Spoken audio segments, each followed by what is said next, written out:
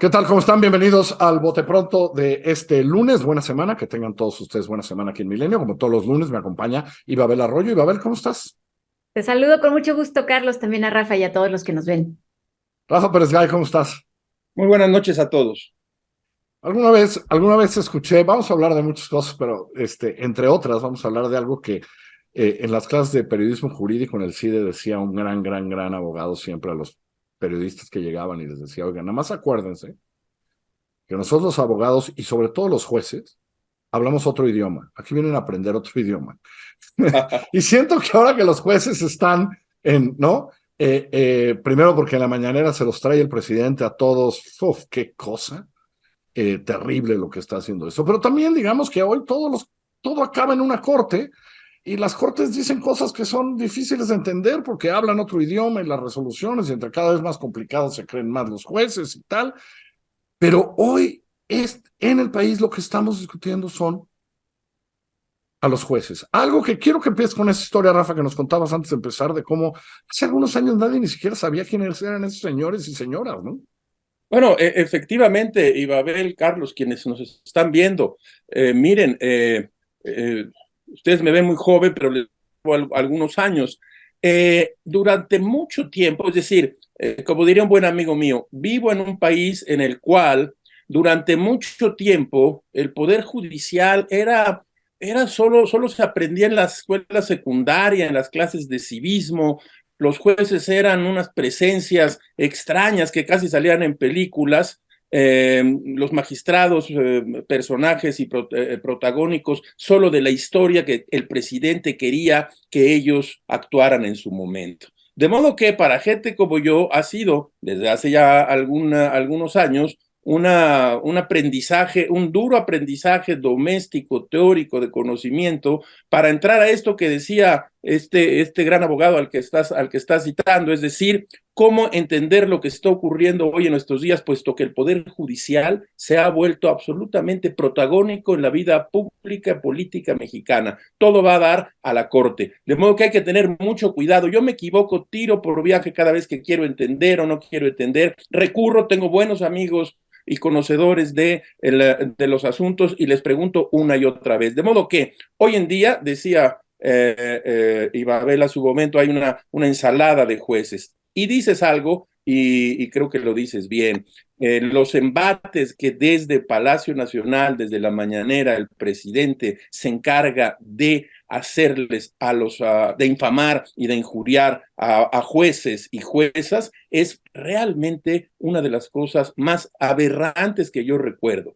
Esa es la mala noticia. La buena es que todavía ese contrapeso existe y se sostiene por personas y por hombres y mujeres dispuestos a hacer su trabajo como debe hacerse y dispuestos a respetar la Constitución. Este es el primer bote pronto, digamos, para empezar la conversación. Porque estamos en estos tiempos en donde ahora resulta que, pues ni modos, los errores del MP, porque el presidente cuando se va contra los jueces siempre dice, ay, porque se equivocó el MP. ¿En serio? ¿Vas a liberar no sé quién? Perdón, el MP no se debe equivocar, señor presidente. Si alguien fue detenido en Chilpancingo y tú pusiste que lo detuviste en Acapulco, pues perdón, ya tenemos un problema ahí, ¿no? Sí. Ibabel. Oigan, la verdad es que no me había puesto a pensar en esto tal como lo están planteando y me parece interesante abordarlo así porque por un lado estamos buscando tener un último actor, un último sujeto en la arena pública que detenga lo que hace mal el MP o que detenga los embates de autoritarismo que pueden diluir la división de poderes, por ejemplo, pero luego corremos el riesgo de que ese sujeto en el que estamos confiando haga algo que no entendamos del todo. Como por ejemplo, ahorita está en sus manos el arbitraje electoral, está en sus manos el hecho de que el Instituto Nacional Electoral quede en los huesos o no. Y yo leía, bueno, pero entonces necesitamos 8 ministros para que se detenga el llamado Plan B que ha impulsado el presidente y también Morena, el Plan B que reduce, alinea los huesos. Bueno, sí, pero no importa si no alcanzamos los 8 ministros, porque una cosa es la constitucionalidad y otra cosa son los efectos de la norma. Entonces, después, aunque seamos minoría, pero que tengamos una mayoría simple, Yo dije, no, bueno, no voy a entender el futuro político de México así. Bueno, a ver, pongo otro ejemplo para darle la voz a Rafa. Carla Humphrey acaba de ir, va a ir a anunciar que va a ir al tribunal, a decir, a ver, yo soy consejero electoral y el consejero presidente es otra cosa, es otro puesto. Entonces, no se puede identificar como lo hizo el comité de preselección, digamos, ¿no? Que es el mismo puesto y por lo tanto no sería reelección, porque no está normado. Bueno, me parece que algo, Carla, si estudió Derecho, lo tiene muy claro, ¿no? Pero no quiero ver lo que va a resolver un juez, si alguien le va a entender cuando decida si Carla Humphrey puede o no participar para la presidencia, ¿no, Rafa? Sí, Pero ahora resulta que esos son, es decir, ya lo de Edmundo Jacobo, hoy Milenio publica una exclusiva de mi compañera Janet López Ponce, diciendo que el proyecto de Yanino Talora dice, ¿no? El señor Jacobo, que porque no puede hacer una ley para una persona, etcétera. Y así andamos, ¿no? Ahora los jueces protagonistas de nuestra vida, Rafa. sí, yo decía que pese a la dificultad que gente como yo y como muchos de los que nos están viendo tenemos, la buena noticia es que vamos entrando, vamos entendiendo exactamente lo que es la división de poderes y lo que significan los contrapesos, y está hoy en el Poder Judicial, para eso no hay que ser abogado, y está en sus manos una parte del futuro político, del futuro de la democracia mexicana, para ponerlo en esas palabras. ¿Por qué? Porque como bien dice Ibabel, el plan B para ver si el INE sigue como hasta ahora, o bien, y si declaran inconstitucional pues la agresión y regresión que va sobre ellos. Entonces, ahí está. Eso creo que es la buena noticia. Tú dices también, Carla Humphrey quiere, porque además ya es un hecho que tiene que ser una presidenta del Instituto Nacional Electoral. Entonces me dicen, gente que sabe, dice, sí es correcto, pero es que ya en la ley expresamente está puesto que no puede haber reelección y entonces se va a ir al tribunal y hay una alta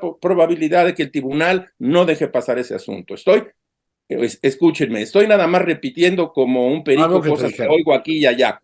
El Poder Judicial hoy en día es fundamental y tendrá que seguir soportando las agresiones, los embates, no solo del presidente de la República, sino de todos los que lo rodean. Dices algo que es fundamental y que leemos en los periódicos. La Fiscalía General plantea mal sus casos, los casos no puede resolverlos como el presidente ha querido, y entonces el presidente se enoja con los jueces y las juezas, y les llama, y los ofende, y los injuria, y los infamia una y otra vez. De modo que, pues yo creo, bueno, las amenazas contra la presidenta Norma Piña, que son escandalosamente peligrosas, pero aquí hemos hablado muchas veces que el lenguaje presidencial no es el lenguaje de cualquier ciudadano, ni siquiera de cualquier periodista, es el presidente de la República hablando. Entonces, una amenaza sobre la presidenta de la Suprema Corte de Justicia es muy grave. De modo que está en ellos. Yo no lo hubiera sospechado, siempre pensé en el Congreso, en los diputados, en los partidos políticos, y resulta que está en el Poder Judicial el futuro de nuestra joven democracia. Porque me gusta. Lo que vamos a ver las próximas semanas, Ibabel, es todavía mayores agresiones desde la mañanera, mayores tales. ¿Por qué? Pues porque si está en juego la reforma electoral, ve que fue, digamos, la apuesta de la segunda parte del sexenio en términos legislativos y de reforma del presidente, ¿no? Esa es la única, digamos, que ahí está, ¿no? Y me gusta además que podamos decirlo así, porque si bien el procedimiento puede ser demasiado complejo, al final de cuentas, o sea, sí hay que reducirlo a lo que es que está en juego la legitimidad del próximo gobierno. Eso es lo que está en juego. No si la burocracia es mucha, es poca, gana más, gana menos, son afines a Lorenzo Córdoba o no lo son, sino la legitimidad de quien gane las elecciones. El propio Morena, el propio partido que no necesita un árbitro a modo para ganar una elección, requiere un entramado institucional que nos dé certeza a todos para decir, pues sí ganó Sheinbaum, o no ganó Ebrard, o como sea, ¿no? O sea, eso es lo que está en juego, y para eso sí no necesitamos intérpretes, ¿eh? Ahora, estas palabras, Rafa, sí tienen consecuencias, ¿no? O sea, los jueces no deben sentirse bien cuando ¿no? No. Es decir, el juez que libera a Rosario Robles o el juez que, ¿no? Sigue trabajando con lo de Lozoya o el que sacó de la cárcel a Lavalle o el que ordena descongelar cuentas de algunos de los acusados con cuentas, etcétera.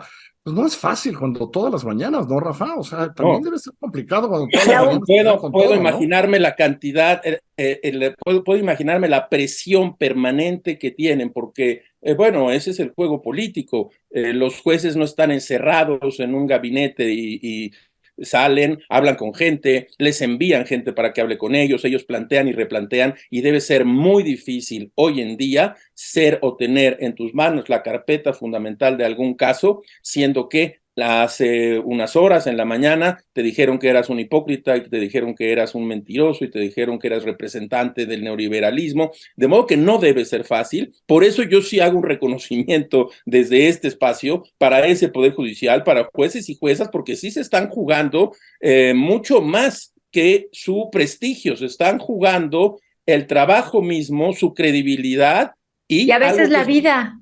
Y algo que es muy importante, las amenazas mismas, porque como había escrito en algún artículo Héctor Aguilar, no vaya a haber algún acomedido que una vez oyendo al presidente, pues pase de las palabras a los hechos, que es una de las cosas que siempre es el peligro cuando el lenguaje es básicamente violento, estás muy cerca de que ese lenguaje pase a los hechos. Yo hago así y espero que eso no ocurra, pero no creo que ser juez hoy en día sea una tarea fácil para ninguno de ellos ni de ellas. Porque además nunca imaginaste que ibas a estar en la palestra pública de esta manera, Ibabel. Así es. Sí, de eso no se trataba. Permanentemente, cada día.